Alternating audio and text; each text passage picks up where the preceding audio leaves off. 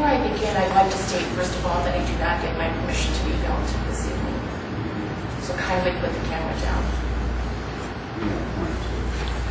No, you can put it down. No, you can put it down. That would be possible. Thank you. I do not want to be filmed, or do I want my voice on camera. Did you turn it off? Did you turn it off? Go ahead. Did you turn it off? Good evening to you all, and to you ladies and gentlemen of the council. My name is Marta Snitzky, and I am married to Tom Snitzky, who has served almost 4 years on Seven Hills City Council. Let me thank you in advance for your time, and I promise not to take much of it. Tom and I were recently made aware of an extremely vulgar political cartoon that was posted by Mr. Tom Jarris here on the website of the Seven Hills Reporter, a local publication for the concerned citizens of Seven Hills. Mr. Tim Frondorf, who is also on your council and sits right beside my husband each and every week, is the publisher of this newsletter and operates its website. This means Councilman Frondorf has the authority to approve or not approve any and all postings by leaving them on the site or taking them off. Mr. Frondorf has chosen to leave this cartoon posted for weeks, and as of last week was still on the site. Mr. Jarris here plans to join in the run for mayor of Seven Hills this November. Constructive criticism is certainly an appropriate part of the running of council, not mockery and insults. How old are we, boys? This was a malicious act with the intent to embarrass, humiliate, and degrade. It is clearly my husband Tom in the cartoon because his name was so thoughtfully and graciously attached to the picture. There is no name attached to the other person, but given that Tom and I will be married for 32 years on Wednesday, one can easily see that other person as his wife, and that would be me. Some of you may feel freedom of speech justifies such action, and perhaps this type of politics is the norm in Washington, D.C. But here in our little corner of the world, I'd like to think we aspire to just a bit more class. And I am truly fed up with those who use our country's sacred constitution to hide behind and to justify their reprehensible actions. That means bad. On a personal level, for both Tom and I, this entire incident really is but a tiny blip on the radar of our lives. We have weathered some difficult and trying times over the years, as I'm sure many people in this room have as well. So trust me when I tell you we really have not lost even a little bit of sleep over this juvenile, immature nonsense.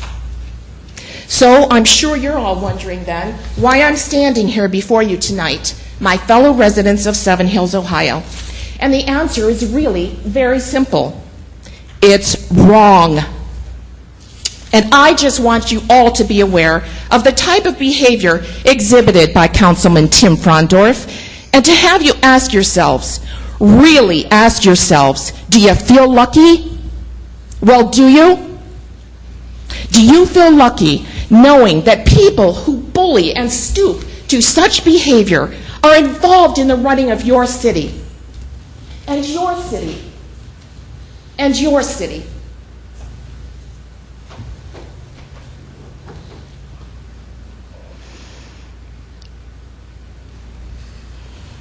I know I don't feel very lucky. And if you don't feel lucky either, and you are as saddened and utterly disappointed as I am, I urge you to pass the word and make your feelings known come this November.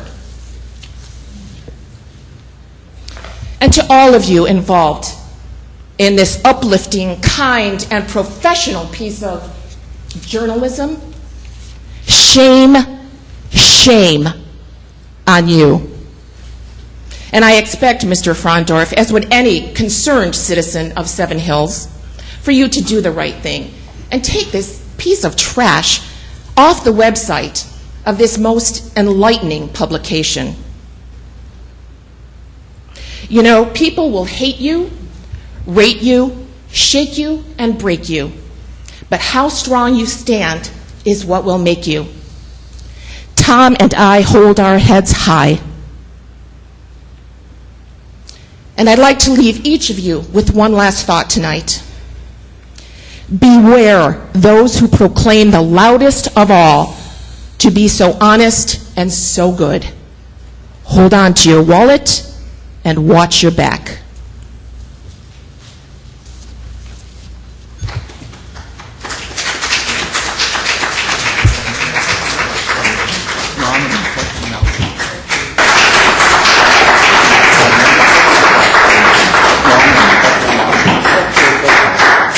Okay with you.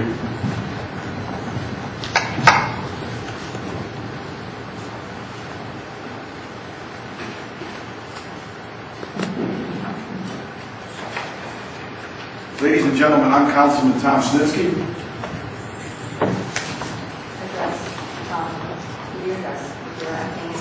And I'm acting as a resident tonight. Give your address.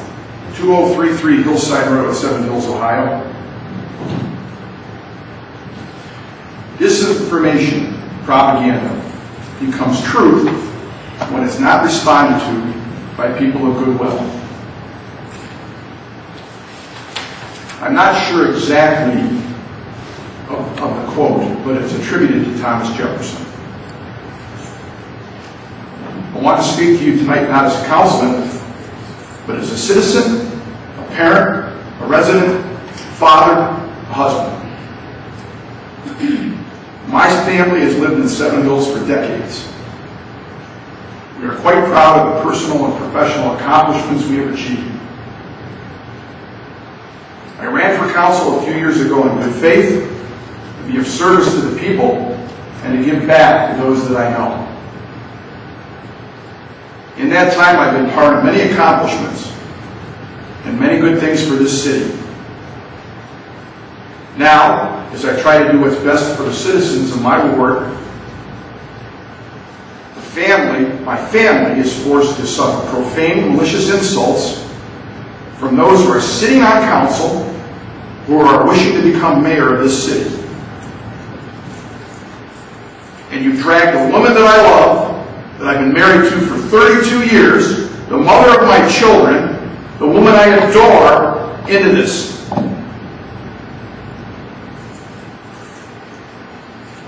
Are you kidding me?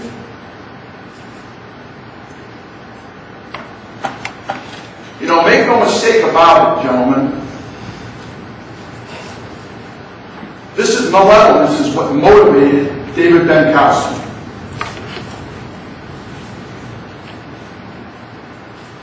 Who do you think you are? My children have to see this. This isn't even a fight over city issues. You've insulted my wife for petty political pandering.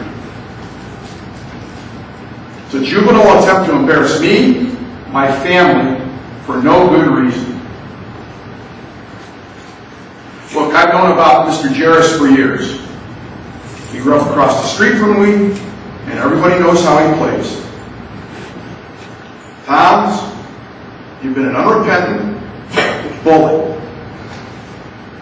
and a chauvinist your entire life, and nothing has changed. This is the kind of thing everyone knows to expect. The person I'm really surprised is Tim Fryer. Tim, I've given you credit for a number of things. Your fiduciary knowledge, your preparedness, but I gave you credit for decency too. And unfortunately, I may have given you too much credit. Did you intentionally leave this piece of trash up on your website? It's been there since June 2nd. And I know that you know what's on your website because things that you do not, or your group does not politically agree with, have been taken down after they've been posted. So I can only assume that this was intentional. Tom, I don't even know what you're talking about. Well, you will. Talk to your buddy over here. Please enlighten me to what I'm talking, you're listening in your listening. life. I'm talking, you're listening right now. Oh, thank you. Talk to your buddy. Okay, Tom, you got the floor. Go ahead. Why do I even need to demand that you immediately remove this? Please do remove this from your website. What do you want me to remove? And Tom, I know better to ask you for an apology. I should apologize to my wife. Ladies and gentlemen, I'm sorry. Thank you for your time. I'm sorry. Tom, you never answered the question. What do you want me to do?